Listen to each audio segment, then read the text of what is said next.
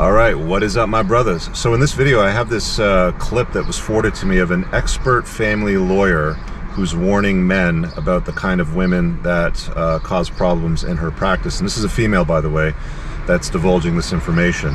It's about a 2-minute clip, so let's just play it, and then I'll add some commentary on it, on what I think. I debated posting this because I know how bad it's going to be when people get this answer from me. But there were so many people that asked that I decided, after a lot of thought and consideration, that I will go ahead and respond to the most asked question from my last video, which is, what professions in women should men avoid? And a lot of you thought that those same professions for men that I told you to avoid would translate to women, and they really don't. I don't think that there's enough data out there for me to comment on that. But I've had one military female client who was pretty difficult, but other than that, I've not seen any correlation in those same professions. But I went through my case list, and if you have a problem with me giving an introduction to this, then just scroll along, because I'm about to hurt a lot of people, so I'm going to explain what I have to say, and you're going to have to listen to it if you want the answer. I went through my case list, and there's about 60 cases on my case list. And there are some common professions that I see in women. The most common one that I see is teacher. The second most common is nurse. But those cases are not cases where the female is really difficult or litigious or anything like that. They're just kind of run-of-the-mill cases. The most common profession that I see in the female parties in my divorces, and this is over 13 years of cases. Oh my God, I'm so nervous, is stay-at-home mom. Hate me. I know y'all are gonna hate me, but let me explain why. Number one, when you're divorcing a stay-at-home mom, they are paralyzed with fear, and rightfully so, because their whole life is going to change. They are going to have to go back to the workforce. They're going to have to possibly move. Their finances are about to be very different. There's lots of things that they don't know financially about what's going on. And so they tend to stick their head in the sand and stall. And so the cases become very contested and very expensive. The second reason that I see that stay-at-home moms end up being the most common profession in a divorce is that I think there's a tendency, and this is completely my opinion, just based on my observations, they tend to focus so much on the children, and the husband focuses so much on career that first of all, they don't feel appreciated by one another. But the husband starts feeling like an ATM, and the wife becomes completely focused on the children, and they tend to grow apart. So I think that's why it's the most common. That's not hate, just an observation. It's probably my last TikTok. So see ya. All right then, so let's have a conversation about her findings then, which are interesting. She's essentially saying that if you're a father and you keep your wife at home, those are the most expensive and contested divorces that you can find yourself in based on her family law practice. Now, first things first is that doesn't sound like a huge sample size. I think she said 60 cases, if I'm not mistaken, which is not massive, but it's not small either. I don't know that I would lean on that too heavily, but based on her experience in her practice where she lives, because I mean, like when family lawyers deal with divorces, they're dealing with pockets, right? Like they'll work with a demographic within a certain city, within a radius, because there's still some face-to-face, even though a lot of it's handled by Zoom now or over phone calls. But it's still relevant to mention that a lot of guys, especially the TradCon crew, love telling dudes to, keep the wife at home, put a bunch of babies in them, go off to work and, make the bacon, bring it home so she can cook it up, sort of thing. But what this family lawyer is saying is, in her practice, her experience is that divorces where it's a stay-at-home mom are the worst, meaning that they're more often contested, which they take up a lot of time, financial resources. I can assure you that divorces are not fun. So as a result, there's a lot of stress that's involved in that too. When it closes, it's a very windy day today, and as a result, with the stress function, the entire process is really going to drain your batteries, you know, for being honest. And that's going to exhaust the hell out of you as a dude. So fair warning, based on her experience, the whole notion of marrying a woman and then keeping her home and having her raise the kids has a risk profile associated to it.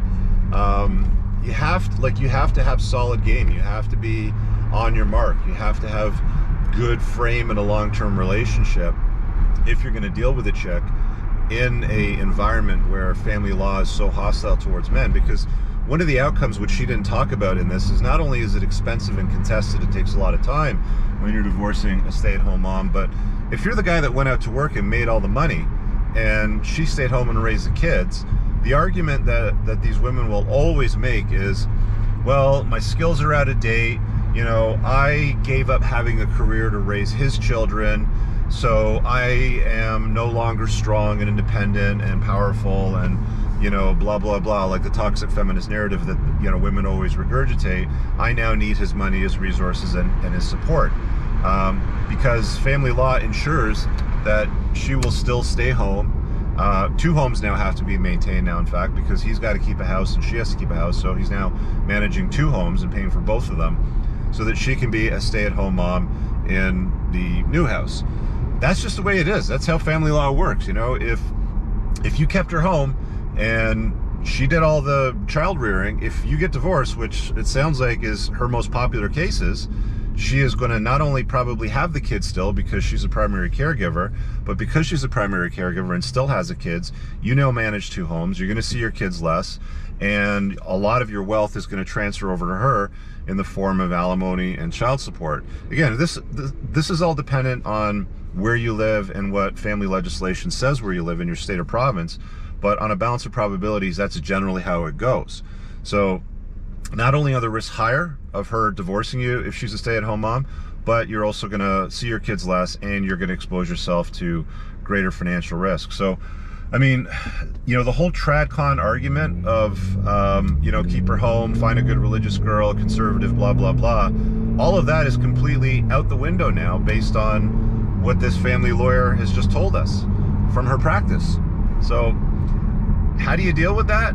Guys, I'm going to tell you, I like to be the guy that offers solutions to problems like this. A lot of fellas on the internet right now, especially on YouTube, it's like, look, there's a problem, just stay away from women completely. Well, that doesn't solve problems, okay? That's just quitting. That's just opting out, which is one option. But at the end of the day, if you're a guy that wants to have kids, the whole frame and having a woman that's a complement to your life and all that stuff is really important. But I think beyond that, you definitely want to structure your life in such a way where you're going to minimize risk exposure if you want her to stay home and raise the kids, where she gets bored and wants to exit the relationship.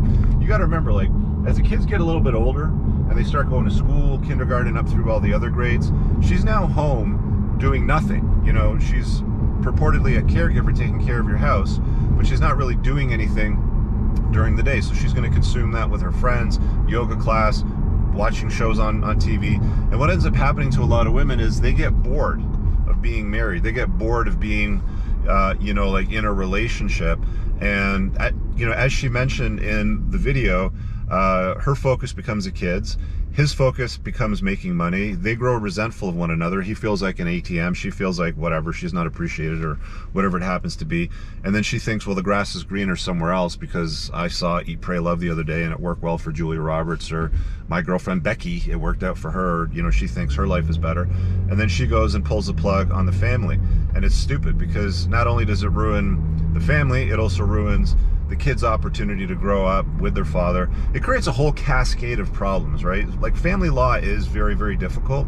So again, like, one of the solutions that you need to consider as, you know, like, as a guy, if you're gonna have kids, is make sure vetting is an important process. And I think one of the most important vetting steps is make sure she's got a low notch count and she lost her virginity later on in life. Statistics reveal consistently that women that have a very low notch count and lost their virginity later on in life, so what that means is a woman with a notch count of 2 that lost her virginity at 23 is a better choice than a woman with a notch count of 25 or 200 that lost her virginity at, you know, 14 or 15 or something like that. Fact of life. These women stay married longer, are happier in marriages, less instances of depression, less chance of becoming a single mother, less chances of addictions and addictive personality traits like alcohol or drugs and stuff like that. You go right down the list. There's lots of data that reveals that. So that's the first part, is make sure Mother Stock, when you are vetting it, ticks off those boxes. And I know it's going to piss off some people, especially some women. How could you say that? You know, men are promiscuous, why can't women? Blah, blah, blah. I've covered it a million times on my channel. Women can't. It's just a fact of life. They don't get away with it. So there's that. The second part is, I would, and you know, this is the harder part for guys, for most guys, I think, is live somewhere where family law isn't hostile towards men. Meaning, you know, you're not going to get taken to the cleaners. Places like, i.e. California, and pretty much throughout all of Canada. It's important to consider that, given the environment that you live in. It's risk mitigation. You know, guys, honestly, like I've said this a million times, guys will spend hours, days, weeks, months researching their next car, their next motorcycle. What's the compression ratio? How many miles per gallon? What's the acceleration? Luggage, you know, space in the trunk, blah, blah, blah. But the first girl that touches their pee-pee and makes them feel good or makes them feel wanted, I'm going to marry her. I'm going to put a ring on her finger, right? So it's incredibly important to turn off the afterburners, slow the hell down, and just understand, you know, what it is that you're marching into as a guy, because it is a slaughterhouse. So walk into it with your eyes wide open. Anyway, I thought that was an interesting video, so I wanted to share it with you guys. Give it a thumbs up and leave a comment below for the algorithm. Pinned in the top comment is a bunch of useful links to my book, my community, other things like my supplement line, so go check those out. Hope you guys have an amazing day. Peace out.